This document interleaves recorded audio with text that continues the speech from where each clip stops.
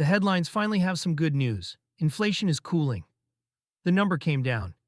And yet, there you are in the same grocery aisle, holding the same short list, watching the total ring up higher than it did last year. Both of those things are true at the very same time, and the quiet gap between them is breaking budgets all over the country. So let us fix yours. If you want calm, plain English money that respects your time and never sells you a panic, take a second and subscribe. Just a few clear breakdowns a week, no hype. Now let us talk about the budget that actually survives inflation. Here is the confusion almost everyone shares, and it is completely understandable. When you hear that inflation is falling, it sounds like prices are about to fall right along with it. They are not. And that single misunderstanding is exactly why your budget keeps feeling tight, even as the news keeps sounding better. So let me say the important part as plainly as I can. A cooling inflation rate does not mean prices go down. It means they are going up more slowly. That is a real and enormous difference for your money. Prices actually falling has its own name. It is called deflation, it is rare, and the thing that usually causes it is something you genuinely do not want. What we have instead is disinflation. The escalator is still going up. It is simply climbing a little less steeply than it was before. Let us put actual figures on it, because the numbers tell this story far better than any adjective. As of this recording, the most recent reading had inflation running at about 3.5% over the prior year, down from north of 4% not long before. That is genuinely cooler, and it is a fair reason for a small exhale. But read it carefully. 3.5% is not zero. It is not below zero. It means that, on average, the same cart of groceries that cost you $100 a year ago costs you closer to $103 or $104 today. And here's the part that quietly gets lost. Each of these yearly increases stacks right on top of the one before it. Prices do not reset at the start of the year. So even in a good month, and there genuinely was a good recent month where the headline number actually dipped, led by a drop in energy, the price of most everyday things simply sat there at its new, higher level. Groceries were still running a couple of percent above the year before. Energy, which fell sharply in that single month, was still far above where it stood a year earlier. Cooling is not the same thing as cheap. So here's the reframe that makes an inflation-proof budget finally click. Stop budgeting for the prices you remember, and start budgeting for the prices that are actually on the shelf today. Most people are quietly running their whole budget on old numbers. A grocery figure from 2 years ago. A gas figure from before the last jump. An insurance line they set once and never looked at again. Inflation does its real damage right inside that gap between the price you carry in your head and the price at the register. Close that gap on purpose, and inflation loses most of its power to catch you off guard. That is the entire idea. Everything else is just how you actually do it. 4 moves. Move 1.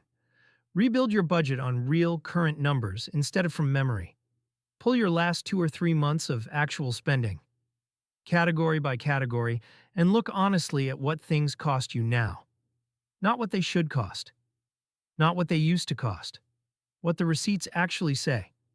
Almost everyone who does this finds 2 or 3 categories that quietly crept up 10 or 15%, while the budget line sat frozen. A frozen line is not a plan.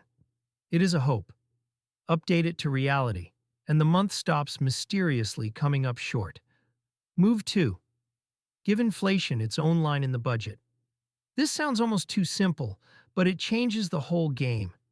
Instead of pretending prices will hold perfectly still for a year, build in a small deliberate cushion. A modest percentage on top of the categories that tend to drift, like food, fuel, and utilities. Think of it as a shock absorber. When the grocery total creeps up again a few months from now, it does not blow a hole in your plan because you already left room for exactly that. You expected the escalator to keep climbing, so a small climb no longer knocks you over. If this is landing, subscribe so the next breakdown finds its way to you. Because this next move is where most of the real money actually hides. Move 3. Aim your energy at the 2 or 3 categories where inflation truly bites and leave the rest alone. Inflation is never spread out evenly. Some things barely move at all, while a few things jump hard. Lately, it has been concentrated in places like energy and utilities, certain groceries, and the quiet one that catches even careful people, insurance. Your home and auto premiums can climb sharply at renewal without a single warning phone call, and most people simply pay the higher number on autopilot. So do the exact opposite of autopilot on your biggest, most exposed lines. Reshop the insurance instead of letting it auto-renew. Look hard at the grocery categories that jumped, and swap where it is painless. The store brand, a cheaper cut, the thing that is genuinely in season. You do not need to attack all 40 lines of your budget. You need to attack the 3 that are doing the real damage. That is where the leverage lives. Move 4, and this is the one that actually wins the war. Defend the gap between what you earn and what you spend, and wherever you can, widen it. Here's the honest truth that no budgeting trick can get around. You cannot cut your way to safety against a rising price level forever.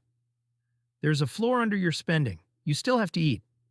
But there is no ceiling on the other side of the equation.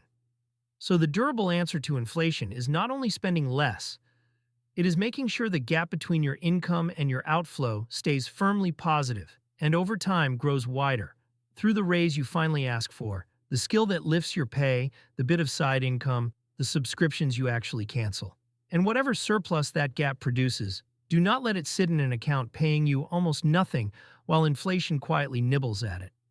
Cash earning close to zero loses a little of its buying power every single year that prices rise. Cash earning something in the range that savings can genuinely pay. Right now, at least fights inflation closer to a draw. Same dollars, doing more work, purely because of where you chose to keep them. So let us bring it home. The news is right that inflation cooled, and that really is good. But cooler is not cheaper. Prices are still climbing, just more slowly, from a shelf that already sits higher than it did, and a budget built on old numbers quietly breaks inside that gap. So build the budget that survives it. Rebuild your categories on today's real prices, not your memory of them. Give inflation its own line, a cushion for the drift you already know is coming. Aim at the 2 or 3 categories doing the real damage, insurance especially. And defend the gap between earning and spending, widening it where you can, and keeping your cash somewhere it actually earns. Do those 4 things and the headline number stops being something that happens to you. It becomes something your budget already planned for. If that cleared a little of the fog, subscribe and stick around. Next time, we are breaking down a 2026 retirement rule change that quietly trips up higher earners. The kind of small print that costs real money if you miss it. And the usual reminder before you go. This is general education, not financial advice. Every figure here was accurate when it was recorded, and it will drift afterward, so always check today's real numbers and talk to a qualified professional about what is right for your own situation. I will see you in the next one.